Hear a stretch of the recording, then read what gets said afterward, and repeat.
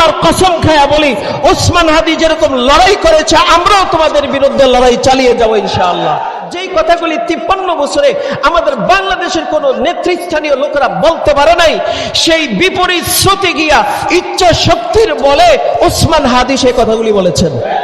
সে বলেছে, দেখেন পুরা বাংলাদেশের সব নেতৃস্থানীয় লোকেরা একদিকে, সে একদিকে, সেই কথাগুলি বলেছে যে যদি অন্য দেশের পক্ষে নেওয়ার কারণে যদি রেজাকার হয়, তাহলে এই যুগে যারা ইন্ডিয়ার পক্ষে নিবে তারা সবচেয়ে বড় রেজাকার। এই বয়ান ঘুরিয়ে দেন, আগের বয়ান বাদ দেন। এখন থেকে যদি যারা ইসলামের কথা বলে তাদেরকে যদি কেউ রেজাকার ঠিক দেয়, আল্লাহর কসম খায়া বলি, ওসমান হাদি যেরকম লড়াই করেছে আমরাও তোমাদের বিরুদ্ধে লড়াই চালিয়ে যাবো ইনশাআল্লাহ। তাকে বহুভাবে হুমকি দেওয়া হয়েছে, কিন্তু সে কোনো হুমকির সামনে মাথা নত করে নাই। শেষ পর্যন্ত এই লোকটাকে দুনিয়া থেকে সরায় দেওয়া হলো। কেন সরাইছে জানেন? তাকেই কেন প্রথম টার্গেট করছে? দুইটা কারণ। এক নম্বর হলো সে মাদ্রাসা পড়ুয়া ছাত্র, আর 2 নম্বর হলো সেই সর্বপ্রথম স্রোতের বিপরীতে যায়া এমন কথা বলে সে বলেছে বাস্তব কথাগুলি যেগুলি বাংলাদেশের ইতিহাসে অতীতে আর কেউ বলে নাই। তো তারে শুট করে আমাদের মনে ভয় ধরাইতে চায়। আমাদেরকে ভয় দেখে তো লাভ নাই, আমাদের ইতিহাস তো ভয়ের না। আমাদের ইতিহাস তালাশ করো, আমাদেরকে বহু প্রলোভন দেওয়া হয়েছে, বহু ভয় দেখানো হয়েছে, কিন্তু যারা প্রকৃত ইমানদার তারা কখনো পিছপা হয় নাই। আমাদেরকে ভয় দেখায় না, কারণ আমরা গরুর দুধ খাই, গরুর মুদ খাই না আমরা, ঠিক না? আমরা নাপাক খাই না, আমরা হালাল খাই। যারা হালাল খায় এদের ভিতরে আল্লাহ ছাড়া এরা কাউকে ভয় পায় না। আর যারা গরুর মুদ খায় তারা দুনিয়ার সামান্য আওয়াজকেও তারা ভয় পায়। কারণ আমাদের ইতিহাস সমৃদ্ধ। আমাদের ইতিহাস সালাউদ্দিন আইয়ুবী রহমতুল্লাহ আলাইহির ইতিহাস, আমাদের ইতিহাস তারিক বিন জিয়াদের ইতিহাস, আমাদের ইতিহাস মোহাম্মদ বিন কাসেমের ইতিহাস, আমাদের ইতিহাস সুলতান সালাউদ্দিন আইয়ুবীর ইতিহাস, আমাদের ইতিহাস সুলতান মোহাম্মদ গজনবীর ইতিহাস। এই কথা বলেন ঠিক না? সুলতান সালাউদ্দিন আইয়ুবী রহমতুল্লাহ আলাইহি কে? আল্লাহু আকবার। তার ইতিহাস কি? এখান থেকে শিখো মুসলমান। একজন বেঈমান, একজন আমাদের নবীকে কি বলে গালি দিয়েছিল, সেদিন সে এই গালি শোনার পরে সুলতান সালাউদ্দিন আইয়ুবী কসম খেয়েছিল, যেই নবীর জবান, যেই জবান দিয়ে নবীকে গালি দেওয়া হয়েছে, যতদিন পর্যন্ত আমি সেই জবানের জিহ্বাকে কাটতে না পারবো ততদিন পর্যন্ত আমি ঘুমাবো না, ঘরে ফিরবো না, আমি লড়াই চালিয়ে থাকবো। শেষ পর্যন্ত তিনি 4 বছর লড়াই করে করে মসজিদুল আকসায় পৌঁছেছেন। যায়া যেই খ্রিস্টান পাদ্রী নবীকে গালি দিয়েছিল, সেই খ্রিস্টান পাদ্রীকে ধরে তার জিহ্বা বের করে কেটে সে বলেছিল, আমি সেই সালাউদ্দিন আইয়ুবী নবীর উম্মত, তুমি নবীকে গালি দিয়েছিল, এক গালি আমাকে ঘুমাইতে দেয় নাই, এক গালি আমাকে শুইতে দেয় নাই, এক গালি আমাকে বাড়িতে ফিরতে দেয় নাই। আমি এই নবীকে এমন মহব্বত করি, আজকে তোমার জিহ্বা কেটে আমি সেই প্রতিশোধ দিলাম। মনে রেখো, একজন ইমানদার যতদিন টিকে থাকবে নবীকে গালি দিয়ে কেউ পার পাবে না, এটা আমাদের ইতিহাস।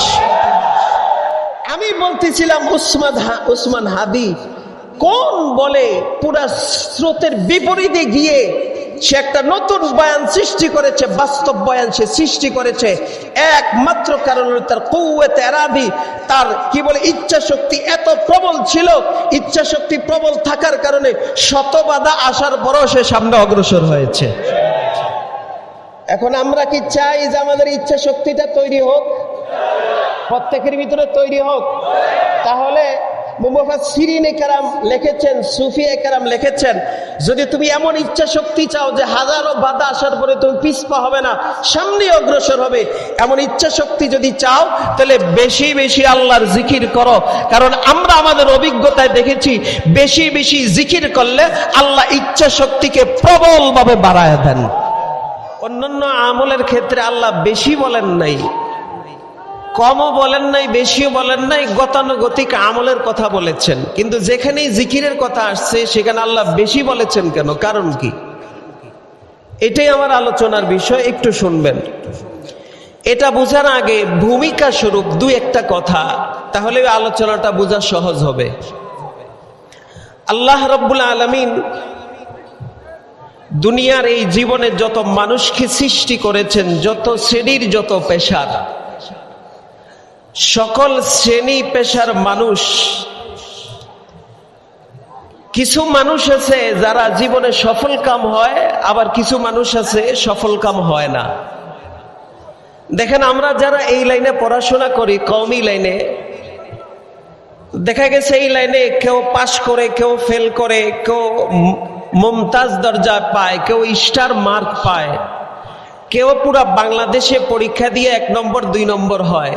কিন্তু আবার দেখা গেছে কেউ 1 নম্বর 2 নম্বর মুমতাজ, পাশ করা তো দূরের কথা, সে ফেল করে, অনেকে আছে নম্বরও পায় না, আছে না?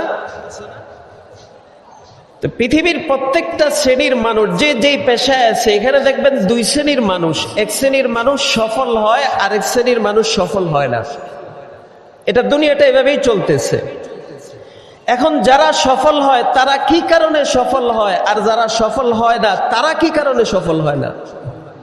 কারণ কি? এই ব্যাপারে বিজ্ঞানীরা একটা গবেষণা করেছেন। বিশেষ করে 19 শতকের একজন বিজ্ঞানী ছিল, আমেরিকান বিজ্ঞানী, যার নাম হলো ফ্রয়েড। 1934 সালে তার মৃত্যু। সে ছিল হিউম্যান সাইকোলজি, মনোবিজ্ঞানের উপর সবচেয়ে বড় বিজ্ঞানী।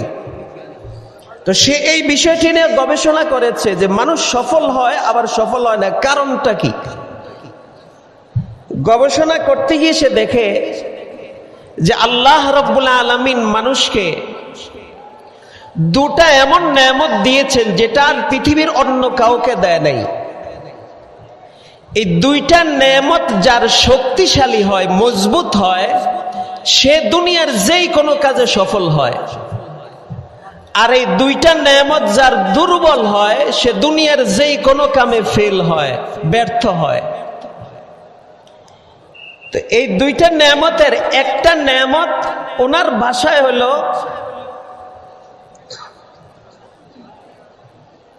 পাওয়ার অফ ট্রেডিশন বলছেন উনি, বা আমরা যদি এটাকে আরবিতে বলি তাহলে এটাকে বলে আল কুওয়াতুল ইরাদিয়া, বা বাংলায় যদি বলি এটাকে ইচ্ছা শক্তি। কি বলেন তো? ইচ্ছা শক্তি এমন একটা নেয়ামত, এটা আল্লাহ আমাকেও দিয়েছে, আপনাকেও দিয়েছে। প্রতিটা মানুষের ভিতরে আল্লাহ ইচ্ছা শক্তি দিয়েছেন। কিন্তু ইচ্ছা শক্তি যার শক্তিশালী, মজবুত, সে দুনিয়ায় সফল কাম হয়। আর যার ইচ্ছা শক্তি দুর্বল, সে দুনিয়ায় সফল কাম হয় না। সে দ্বিধায় ভোগে, প্রত্যেক কাজে আগাইলে 1 পাও আগাইলে 2 পাও পিছে যায়, এবং সে অল্পতে যেখানে বাধা পায় সেখান থেকে সে পিছনে চলে আসে, সামনে আর যায় না। কিন্তু যার ইচ্ছা শক্তি মজবুত, সে একবার বাধা পাইলে বারবার চেষ্টা করে, যতক্ষণ পর্যন্ত সে মঞ্জিলে মাকসুদে পৌঁছতে না পারে ততক্ষণ পর্যন্ত সে চেষ্টা করেই যায়। এটা কে পারে? যার ইচ্ছা শক্তি মজবুত সে পারে, আর যার ইচ্ছা শক্তি দুর্বল সে পারে না। কথা বুঝতেছেন? যেমন আমি বর্তমান জামানার একটা ঘটনা দিয়ে উদাহরণ দেই। শহীদ ওসমান শরীফ হাদি রহমতুল্লাহ আলাইহি, ঠিক না? 33 বছরের একটা যুবক, তার ইচ্ছা শক্তিটা কত মজবুত দেখেন। গত 53 বছরের ইতিহাসে বাংলাদেশের স্বাধীনতার পরে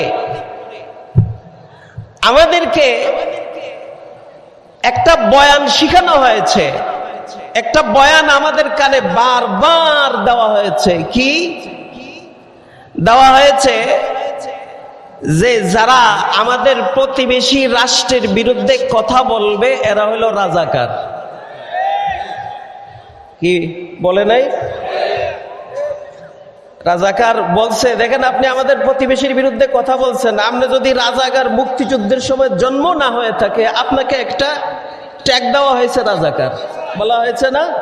অপরাধটা ছিল কি জানেন? আপনি প্রতিবেশীর বিরুদ্ধে ছিলেন, তাদের আধিপত্যবাদের বিরুদ্ধে ছিলেন, এই তো কথা। আচ্ছা, আমি এই কথাটা একটু পরে যাই, তার পাশে আরেকটু কথা বলে ফেলি। এই যে রাজাকার শব্দটা, এই শব্দটা আসলে কি এটা বুঝেন? এটা কখন, কিভাবে, কখন ব্যবহার হয়, কারা ব্যবহার শুরু করেছে, এখন কেন ব্যবহার হয়? রাজাকার এটা একটা বাংলায় রাজাকার, কিন্তু এটা মূলত আরবি একটা শব্দ থেকে আসছে, রেদা। কি বলেন তো? আর একটা শব্দ আছে ফার্সি কার, এই রেদা কার থেকে রাজাকার। ফার্সি বলেন, আরবিতে বলেন, ওটাকে উচ্চারণ করে রেদা কার, আর বাংলায় উচ্চারণ করে রাজাকার। তো রাজাকারের অর্থ কি? রাজাকার অর্থ হলো যে স্বেচ্ছায় কাজ করে, স্বেচ্ছায় যে শ্রম দেয়, এক কথায় স্বেচ্ছাসেবক যারা, এদেরকে আরবিতে রাজাকার বলা হয়। ধরেন আমি আজকে যদি এই মাহফিলের জন্য স্বেচ্ছায় শ্রম দেই, যেমন আমাদের বর্তমানে এই মাহফিলের জন্য বহু মানুষ স্বেচ্ছায় শ্রম দিচ্ছে, তা আমি যদি এটাকে শাব্দিক অর্থে ব্যবহার করি তাহলে এদেরকে রাজাকার বলতে হয়, কারণ এরা স্বেচ্ছায় কাজ করতেছে। কি করতেছে বলেন তো? শাব্দিক অর্থে। কিন্তু পরবর্তীতে এটাকে একটা নেগেটিভ অর্থে ব্যবহার কইরা যারা ভারতের বিরুদ্ধে, ইন্ডিয়ার বিরুদ্ধে কথা বলে, এদেরকে রাজাকার বলা হয়েছে। কিভাবে? 1971 সনে, খেয়াল করেন, 1971 সনে যখন যুদ্ধ হয় আমাদের সাথে পাকিস্তানের সাথে, আমরা ছিলাম পূর্ব পাকিস্তান আর ওইটা ছিল পশ্চিম পাকিস্তান, তাই তো? যুদ্ধটা হয়েছে কার মাঝে? বাহ্যিকভাবে দেখা যায় আমাদের মাঝে, কিন্তু আসলে যুদ্ধটা আমাদের মাঝে হয় না, হয়েছে ভারত আর ইন্ডিয়ার, কি বলে, পাকিস্তান আর ইন্ডিয়ার ভিতরে। প্রমাণ কি? প্রমাণ হলো, আপনারা আল্লাহর হস্তে কেউ ভুল বুঝেন না, একটু ব্রেনটা খাটান। কি বলতে চাই একটু বুঝেন। স্বাধীনতা যুদ্ধের 9 মাস যখন যুদ্ধ শেষ হলো, তখন 16 ডিসেম্বর 1971 সালে পাকিস্তান বাহিনী আত্মসমর্পণ করলো। এই আত্মসমর্পণ যে জায়গায় হয়েছে, রেসকোর্স ময়দান, বর্তমানে সোহরাওয়ার্দী উদ্যান, এখানে যখন আত্মসমর্পণ করা হয়, কারা উপস্থিত ছিল, কার মাধ্যমে, কার মাঝে আর কার মাঝে চুক্তি সম্পাদন হয়েছে, ইতিহাস দেখেন। এখানে পাকিস্তানের পক্ষ থেকে চুক্তি করেছে একে নওয়াজ, সে ছিল জেনারেল পাকিস্তানের, পুরো পাকিস্তানে সে ছিল সর্বাধিনায়ক তাদের আর্মিদের, সে করেছে তাদের পক্ষ থেকে স্বাক্ষর। আর আমাদের বাংলাদেশের পক্ষ থেকে স্বাক্ষর করেছে কে জানেন? কেউ জানেন না। একজনও আমাদের বাংলাদেশের পক্ষ থেকে স্বাক্ষর করে নাই। স্বাক্ষর করেছে ইন্ডিয়া। কে? অরিজিৎ সিং অরোরা তার নাম। কি বলেন তো? অরিজিৎ সিং অরোরা তার নাম। সে ছিল ভারতের এই অঞ্চলের মুক্তিযুদ্ধের পক্ষে সর্বাধিনায়ক। তা আমার প্রশ্ন হলো, যদি মুক্তিযুদ্ধ আমাদেরই হয়, আমরাই যদি লড়াই করে থাকি মৌলিকভাবে, তখন আমাদের মুক্তিযুদ্ধের সর্বাধিনায়ক ছিলেন জেনারেল ওসমানী। নাম শুনেছেন আপনারা? জেনারেল ওসমানী ছিল মুক্তিযুদ্ধের কি সর্বাধিনায়ক। তাহলে তো স্বাক্ষরটা তার করার কথা ছিল। কি কথা বুঝেন? যদি যুদ্ধটা আমাদের হয় তাহলে স্বাক্ষর আমরা করব না, ইন্ডিয়া করবে কেন? যেহেতু যুদ্ধ আমাদের, আমরাই দেশ, আমরা লড়াই করেছি, আমরা রক্ত দিয়েছি, আমরা জান দিয়েছি, তাহলে স্বাক্ষর আমরাই করব। তো তখন এই দেশে জীবিত ছিলেন জেনারেল ওসমানী, মুক্তিযুদ্ধের সর্বাধিনায়ক। তিনি স্বাক্ষর করলেন না, অরিজিৎ সিং ইন্ডিয়ার, তিনি কেন স্বাক্ষর করলেন? বুঝেন কিছু? আমার কথা বুঝেন? কেন এটা কেন হয়েছে? তার মানে ইন্ডিয়া চেয়েছে পাকিস্তানটা এক না থাকুক, এটা ভাইয়া টুকরা টুকরা হয়ে যাক। কেন? টুকরা টুকরা হলে তখন যারা ইমানদার, এদের শক্তিগুলিও টুকরা টুকরা হয়ে যাবে, তখন আর ইমানদাররা কাফেরদের বিরুদ্ধে কথা বলার শক্তি হারায় ফেলবে। এই নিয়তে তারা আমাদের মুক্তিযুদ্ধটা চেয়েছে। মুক্তিযুদ্ধটা আমাদের স্বার্থে চায় নাই, ভারত মুক্তিযুদ্ধটা চেয়েছে পাকিস্তানকে টুকরা টুকরা করার জন্য। আরেকটা প্রমাণ নেন, যখন মুক্তিযুদ্ধ শেষ হয়েছে, মেজর জলিলের নাম শুনেছেন আপনারা? সেক্টর কমান্ডার ছিল মেজর জিয়াউর রহমান। যেমন সেক্টর কমান্ডার, উনি স্বাধীনতার ঘোষণা দিয়েছিলেন 25শে মার্চ। আরেকটা 7টা মুক্তিযুদ্ধের সেক্টর ছিল, তার মধ্যে একটা সেক্টরের প্রধান ছিলেন মেজর জলিল। এই মেজর জলিলের ইতিহাস পড়েন, তিনি বই লিখেছেন মুক্তিযুদ্ধের ইতিহাস, সেটা পড়ে দেখেন। তিনি বলেন, মুক্তিযুদ্ধ করেছি আমরা, কিন্তু এটার সুফল ভোগ করেছে ইন্ডিয়া। কিভাবে? মুক্তিযুদ্ধের পরে যতগুলি অস্ত্র আমরা পেয়েছি সব তারা ইন্ডিয়া নিয়ে গেছে, আমাদেরকে কিচ্ছু দেওয়া যায় না। কি কথা বুঝেন আমার? এই জন্য এখন তখনকার সময়ে আমাদের বাংলাদেশের অনেক ওলামায়ে কেরাম এই মুক্তিযুদ্ধের বিরোধিতা করেছিলেন। কেন করেছিলেন? তারা মূলে গিয়েছিলেন, তারা বাস্তবতা বুঝছিলেন যে এই মুক্তিযুদ্ধটা আসলে আমাদেরকে গোলাম বানানোর জন্য, আমাদেরকে স্বাধীন করার জন্য না। এই মুক্তিযুদ্ধটা ভারত করতেছে পাকিস্তানকে টুকরা টুকরা করার জন্য, আমাদের লাভের জন্য করে নাই। প্রমাণ, গত 53 বছর আমরা তাদের গোলাম হয়েছিলাম। কি কথা বলেন ঠিক না? আমাদেরকে কথা বলার কোন সুযোগ দিয়েছে? আমরা স্বাধীনভাবে কথা বলতে গেছি, ইসলামের কথা বলতেছি, রাজাকার ট্যাগ দিয়ে দাও, বাস দিয়ে দিচ্ছে। তাইলে বোঝা গেল এটা আমাদেরকে গোলাম বানানোর জন্য করেছে। কিন্তু এই 53 বছরের যে ভয় আমাদের মধ্যে ছিল, যেই কি বলে সংকট আমাদের মধ্যে ছিল, যেই কথাগুলি 53 বছরে আমাদের বাংলাদেশের কোন নেতৃস্থানীয় লোকেরা বলতে পারে নাই, সেই বিপরীত স্রোতে গিয়া ইচ্ছা শক্তির বলে ওসমান হাদি সেই কথাগুলি বলেছেন। কি কথা বলেন ঠিক না? কেন আমাদের দেশে কি নেতার অভাব আছে? তো তারা এই সমস্ত কথা কেন বললো না?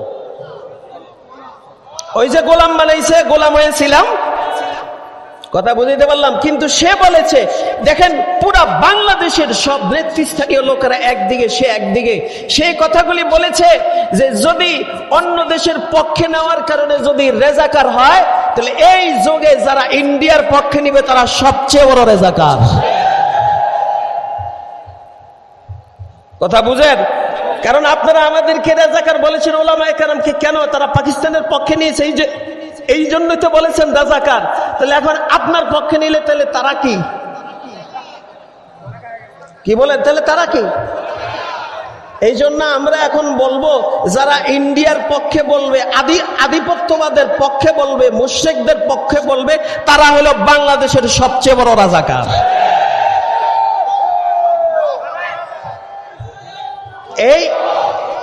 এই বয়ান ঘুরিয়ে দেন, আগের বয়ান বাদ দেন।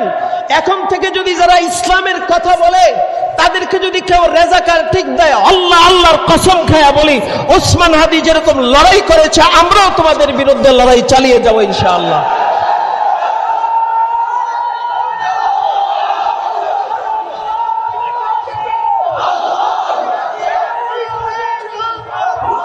হ্যাঁ, বাস্তবতা বুঝেন। স্লোগান সহজ, কিন্তু বাস্তবতা কঠিন। বাস্তবতা বুঝেন। কি করলো? দেখলো একটা মুখ দাঁড়ায় গেছে, তাকে বহুভাবে হুমকি দেওয়া হয়েছে, কিন্তু সে কোনো হুমকির সামনে মাথা নত করে নাই। কথা বুঝাইতে পারলাম? কি হলো? শেষ পর্যন্ত এই লোকটাকে দুনিয়া থেকে সরায় দেওয়া হলো। কেন সরাইছে জানেন? তাকেই কেন প্রথম টার্গেট করছে? দুইটা কারণ। এক নম্বর হলো সে মাদ্রাসা পড়ুয়া ছাত্র, জানেন আপনারা, তার শুরু শিক্ষা কিন্তু মাদ্রাসায় হয়েছে। আর দুই নম্বর হইল সেই সর্বপ্রথম স্রোতের বিপরীতে যায়া এমন কথা গুলি সে বলেছে, বাস্তব কথাগুলি যেগুলি বাংলাদেশের ইতিহাসে অতীতে আর কেউ বলে নাই। তো তারে শুট করে আমাদের মনে ভয় ধরাইতে চায়। কি কথা বুঝেন? কিন্তু আমরা বলি কি, আমগরে কি এর ভয় দেখো, আমগো জন্মে তো ভয়ের উপর। কি আমাদেরকে ভয় দেখে তো লাভ নাই, আমাদের ইতিহাস তো ভয়ের না। আমাদের ইতিহাস তালাশ করো, আমাদেরকে বহু প্রলোভন দেওয়া হয়েছে, বহু ভয় দেখানো হয়েছে, কিন্তু যারা প্রকৃত ইমানদার তারা কখনো পিছপা হয় নাই। কথা বলেন ঠিক না? আমাদেরকে ভয় দেখায় না, কারণ আমরা গরুর দুধ খাই, গরুর মুদ খাই না আমরা, ঠিক না? আমরা নাপাক খাই না, আমরা হালাল খাই। যারা হালাল খায় এদের ভিতরে আল্লাহ ছাড়া এরা কাউকে ভয় পায় না। আর যারা গরুর মুদ খায় তারা দুনিয়ার সামান্য আওয়াজকেও তারা ভয় পায়। কি কথা বলেন ঠিক কিনা? এই জন্য ভয় পাওয়া যাবে না। আমাদের ইতিহাস সমৃদ্ধ ইতিহাস। যদি আমরা ভয় হেরে যাই তাহলে এখানেই শেষ। যদি সামনে অগ্রসর হইতে পারি তাহলে ইতিহাস আমাদেরকে হাত ছাড়ে দিয়ে ডাকতেছে। এই জন্য আপনারা বলবো ভয় পায়েন না, কারণ আমাদের ইতিহাস সমৃদ্ধ। আমাদের ইতিহাস সালাউদ্দিন আইয়ুবী রহমতুল্লাহ আলাইহির ইতিহাস, আমাদের ইতিহাস তারিক বিন জিয়াদের ইতিহাস, আমাদের ইতিহাস মোহাম্মদ বিন কাসেমের ইতিহাস, আমাদের ইতিহাস সুলতান সালাউদ্দিন আইয়ুবীর ইতিহাস, আমাদের ইতিহাস সুলতান মোহাম্মদ গজনবীর ইতিহাস। এই কথা বলেন ঠিক না? সুলতান সালাউদ্দিন আইয়ুবী রহমতুল্লাহ আলাইহি কে? আল্লাহু আকবার। তার ইতিহাস কি? এখান থেকে শিখো মুসলমান, একজন বেঈমান একজন আমাদের নবীকে কি বলে গালি দিয়েছিল, সেদিন সে এই গালি শোনার পরে সুলতান সালাউদ্দিন আইয়ুবী কসম খেয়েছিল, যেই নবীর জবান, যেই জবান দিয়ে নবীকে গালি দেওয়া হয়েছে, যতদিন পর্যন্ত আমি সেই জবানের জিহ্বাকে কাটতে না পারবো ততদিন পর্যন্ত আমি ঘুমাবো না, ঘরে ফিরবো না, আমি লড়াই চালিয়ে থাকবো। শেষ পর্যন্ত তিনি 4 বছর লড়াই করে করে মসজিদুল আকসায় পৌঁছেছেন। যায়া যেই খ্রিস্টান পাদ্রী নবীকে গালি দিয়েছিল, সেই খ্রিস্টান পাদ্রীকে ধরে তার জিহ্বা বের করে কেটে সে বলেছিল, আমি সেই সালাউদ্দিন আইয়ুবী নবীর উম্মত, তুমি নবীকে গালি দিয়েছিল, এক গালি আমাকে ঘুমাইতে দেয় নাই, এক গালি আমাকে শুইতে দেয় নাই, এক গালি আমাকে বাড়িতে ফিরতে দেয় নাই। আমি এই নবীকে এমন মহব্বত করি, আজকে তোমার জিহ্বা কেটে আমি সেই প্রতিশোধ দিলাম। মনে রেখো, একজন ইমানদার যতদিন টিকে থাকবে নবীকে গালি দিয়ে কেউ পার পাবে না, এটা আমাদের ইতিহাস।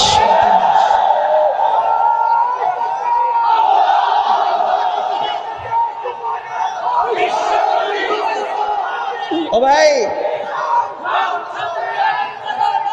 খেয়াল করেন, তা আমরা আমাদের ইতিহাস বলবো না, আমরা আমাদের ইতিহাস নিয়ে সামনে আগাবো। রাজি আছি না ইনশাল্লাহ?